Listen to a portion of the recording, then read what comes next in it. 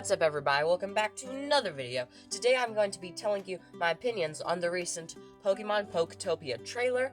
Let's dive into it, shall we? First thing I want to talk about is the feeling the trailer gave me in general, as I was watching it, how I felt.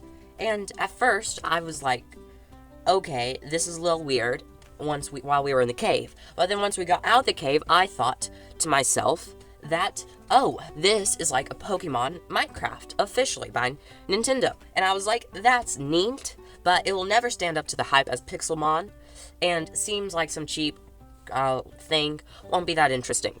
You know, but I was like, this is very Minecrafty. But then, towards the end of the trailer, as we got a zoom out shot, I was actually realizing this is very Pokemon-y. The world, the environment is very Pokemon-y. We just never see it from this angle. Like, if you watch at the end of the trailer, and that big camera is like very Pokemon-y. It looks like a route that we're all used to. So then I started to feel like this might actually be a full, fledged good Pokemon game. Next, I would like to talk about the idea in general. I mean, it is very interesting to have this idea that is very cozy, very farm-like, in a Pokemon style. The whole feature of being able to copy abilities from other Pokemon to expand your world is just mind-blowing how we've never had a Pokemon game like this before. And very exciting to eventually see what this game has to offer. Next, I would like to talk about the fact that you are a Ditto. You are a Pokemon. And in a weird way, that is unsettling for me, because you are a Pokemon helping other Pokemon. But since you are a Pokemon, I feel like you should be at the same level of these guys. But you're not getting treated that way because you are basically being treated like these Pokemon's ruler. Because you look like a human. You're being treated with so much more authority by these Pokemon just because you look like a human now. And that's weirdly unsettling. I do not like it that much. But just because of that fact, it doesn't lower my hopes for the game. It just makes me wonder what approach they're going to take while making the game. Next, I would like to talk about something that's very interesting about the game that I don't think many people are or will talk about. And that's the fact that this game is very similar to Animal Crossing. And which is a really good thing. Animal Crossing has such a large fan base. So does Pokemon. And if we can get a game that has, a lot of similarities, then we may be able to merge these two fan bases, at least sort of, because this game has so many similarities. You can design your own house, the art style in general, and the things you do, like having small farms, terrain forming, creating a waterfall, like very similar Animal Crossing vibes. And I personally never played Animal Crossing for reasons, but I've always kind of considered it as a game maybe I should play. So if I play this game, I'd be like, I'm getting that experience that I wanted out of Animal Crossing, but in a Pokemon way, and I love Pokemon. So the fact that this is an Animal Crossing similarity game is just a really good thing, but just a really fun thing. I know I've said this before, but Animal Crossing is such an interesting style that to combine it with Pokemon, that's an extremely interesting concept, and I'm glad Nintendo are branching out and deciding to do that with this game.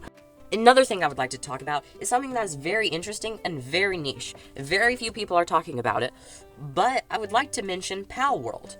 And if you didn't know, that very recently, after this trailer came out, Pal World either announced or updated Pal World, the game, by adding a lot more farming features that have a ton of similarities to this game, which is kind of funny because Pal World's like Nintendo is struggling to sue Pal World and they really want to, so it's funny that, when Nintendo announces a new Pokemon thing, Pal World's just like, hey, another similarity between our two games. Of course, that just fires Nintendo up, but this was random.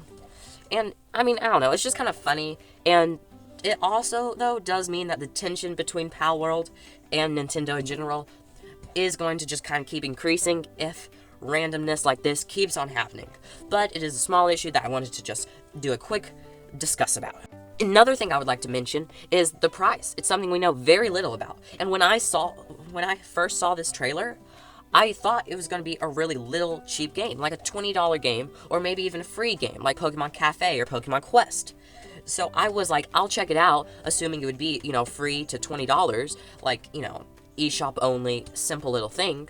But now that I've, rewatched the trailer a few times, done a lot more thinking on it, seen other people's videos about it, I'm now realizing that this game is going to be a lot bigger than I realized. And in a weird way, that got me more fired up about the game.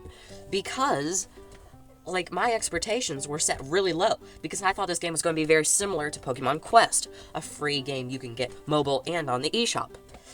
So I didn't think much of this game. But then once I realized that it was going to be a big game, I was like, oh, this is something I could really enjoy. So I went from, whatever, to something I really enjoy so fast that weirdly my excitement for this game is a lot higher than most people's excitement for this game.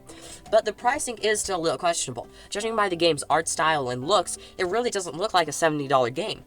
So I do wonder how Nintendo's going to price it. Because most of their big games right now have been like $70. So it wouldn't really fit in if it was $50. And of course, as we know, Nintendo wants money. No way they'll make it $80. I'm pretty sure that was a Mario Kart exception, hopefully. So I really do wonder what the price will be, because it just does not look like a $70 game, but at the same time, it looks like a big enough game. So I think the price should be $40 to $50. I think that would be a really good price for this game, judging about what we know so far. But I'm also a little worried that Nintendo is just going to go the expensive route and make it a $70 game. But I also wonder if it's going to be on Switch 1 or just Switch 2.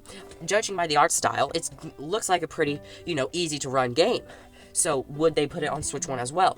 But, the Switch 2 needs more Pokemon games.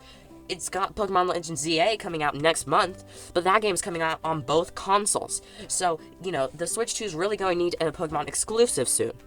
And this game would be a good way to do that, and would, make the Switch 2 even more worth its money. So in a weird way, I feel bad for saying this because of the Switch 1 users, but I do think it should be a Switch 2 exclusive, and it should be $40 to $50. Next thing I want to talk about is the customization in general of this game. It looks like this game is going to have major customization similar to Animal Crossing, which I love customization in any game, except I do have a little bit of a problem with it when, depending on how you want to customize it, depends on the skills you could get or buffs you can get and stuff like that.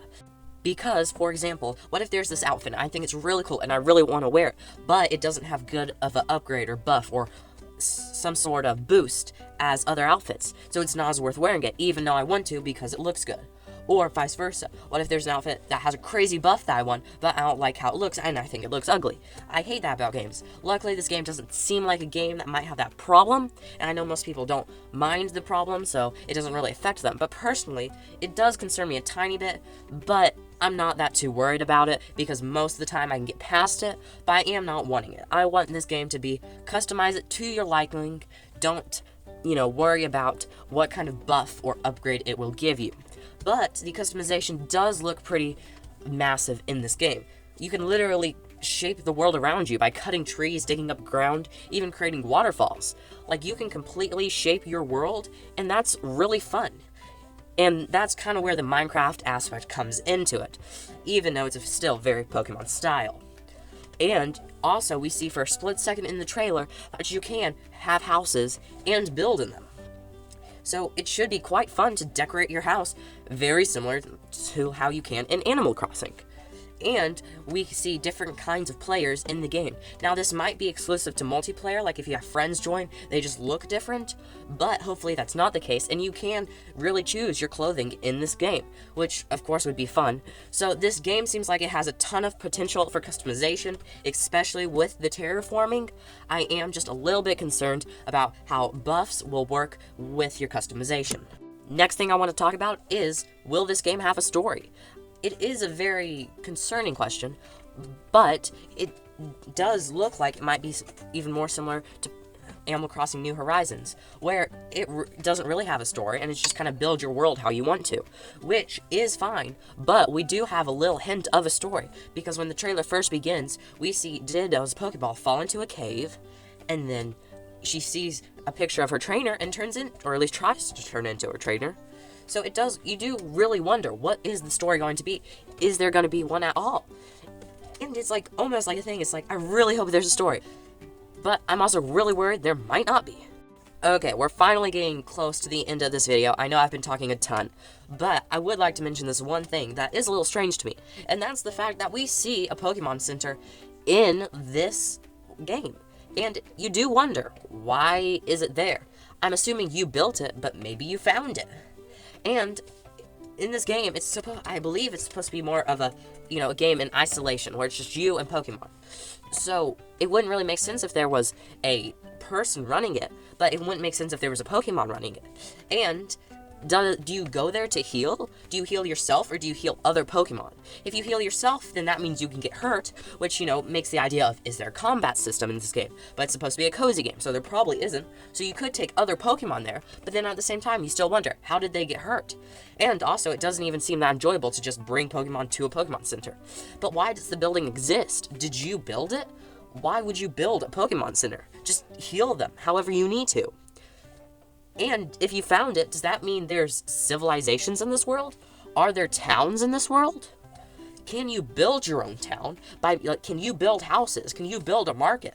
Can you build these things? But even if you can, are there people going to be working in there? Are there Pokemon going to be working in there? I don't know, and that whole aspect of the game is such a mystery. Once you start talking about, you find more questions than you began with. So sorry to leave this video on a confusing note, but it's definitely something that I think needs discussing. Well, I hope you enjoyed the video, and I'm a lot more excited for the game than I thought I'd be. Peace out, everyone.